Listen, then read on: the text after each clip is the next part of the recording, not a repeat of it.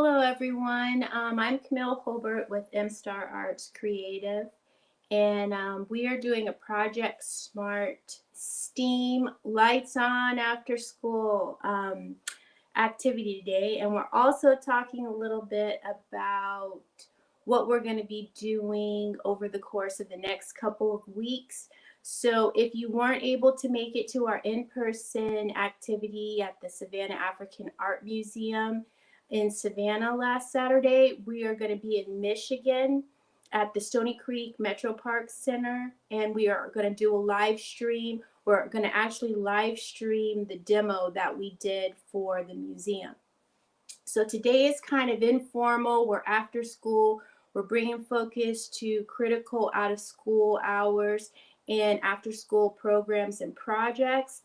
So excuse it if I'm a little bit informal today, but we're just going to kind of be talking about what we're going to be doing in the classrooms with some of our studio partners and for our final project that's going to wrap up in December. So what the material is that we're using to make paper for this activity is corn husk. And I'm going to show you a little bit of the corn husk that we made at the Savannah African Art Museum and talk a little bit about how that project went first.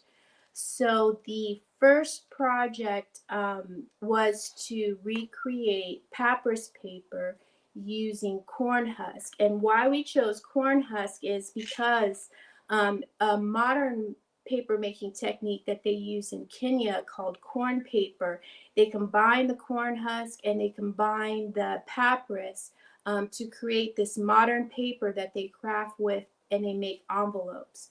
So to kind of reach back into ancient times and bring it forward, we created this activity where we reproduced what we thought papyrus paper would look like today if it was still the same plant material it was back in ancient times and from the Nile River.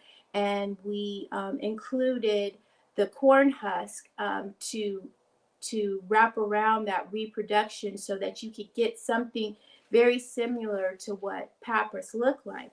So as you saw in the first sample that I showed you that we started at the museum, we painted this and we decoupaged the corn husk. So why I'm mentioning decoupage is because part of the STEAM activity is we're talking a little bit about Newtonian fluids. I'm not going to go into the whole concept and ideas and the science of Newtonian fluids online because we do that in the classroom and after school. But what I am going to do is tell you that one of the materials that we're using to make the corn husk is a Newtonian fluid. It's an adhesive. Excuse me, I'm all worded up. But here it is. So here is the decoupage. And the decoupage is a paste.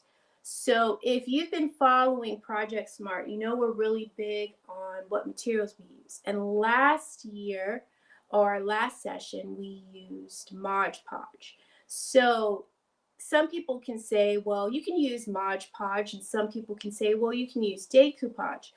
But the fine difference between the two is that Mod Podge works really well on fabrics and heavy materials, where decoupage works really well on paper. So to kind of connect why that would be is kind of why we introduced Newtonian fluids to introduce that. And then also to also give you an idea of when you are putting your final project together, which we're going to be building a canvas out of corn husk, why you would be using the decoupage versus the Mod Podge, and kind of working through the process and the materials that you've used in the past and connect them to kind of what we're doing right now. So another one of the activities we're going to be adding into the spring is a slow stitch. And so what I did was I used one of the symbols that I created. Well, I didn't create it, but it was an Adinkra symbol. And what I did was I created from my Adinkra symbol a bird. So you can see here where this is the eye, and then here is the bird beak, and then here is the tail. So what we're going to be doing in November is we're going to be getting really creative, and we're going to be exploring different symbols and adding animals in. And what we're going to do is we're going to camouflage all our ideas onto this piece of corn husk, and we're going to build it into a canvas. So the ultimate project is going to be an art and reproduction, which is why we're called Project S.M.A.R.T, Studios Making Art and Reproduction Textiles. So we try to bring a new spin-off to something that has maybe already been produced or seen a certain way, and add another perspective to it, so you can then manipulate some of the materials, and also you can kind of reproduce a texture or a pattern that you've seen, that maybe you want to add something different or use another element with, which is why we're kind of stepping into the science, technology, engineering, art, and math. And we're happy to be a part of Lights On After School Day. As I mentioned earlier, we do focus a lot on positive activities and the creative process that takes place after school as well as in school. And a lot of times you can connect some of the activities that we do in the classroom to outside the classroom. So what I'm going to do is I'm just going to put up some of the ticker tapes of on the banners of what I've talked about previously. And then if you missed the first part of the live stream, then you can go ahead and check on some of the ticker tape that I'm just putting up.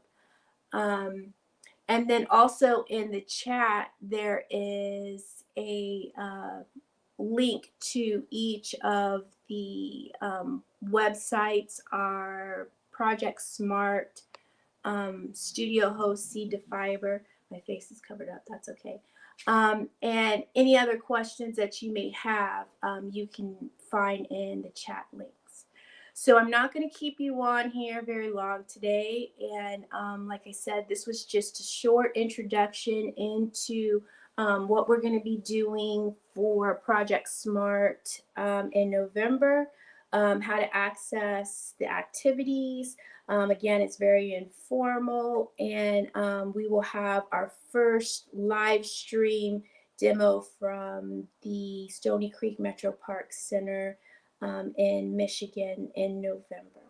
So again, if you have any questions, please feel free to email me, and thank you again for tuning in.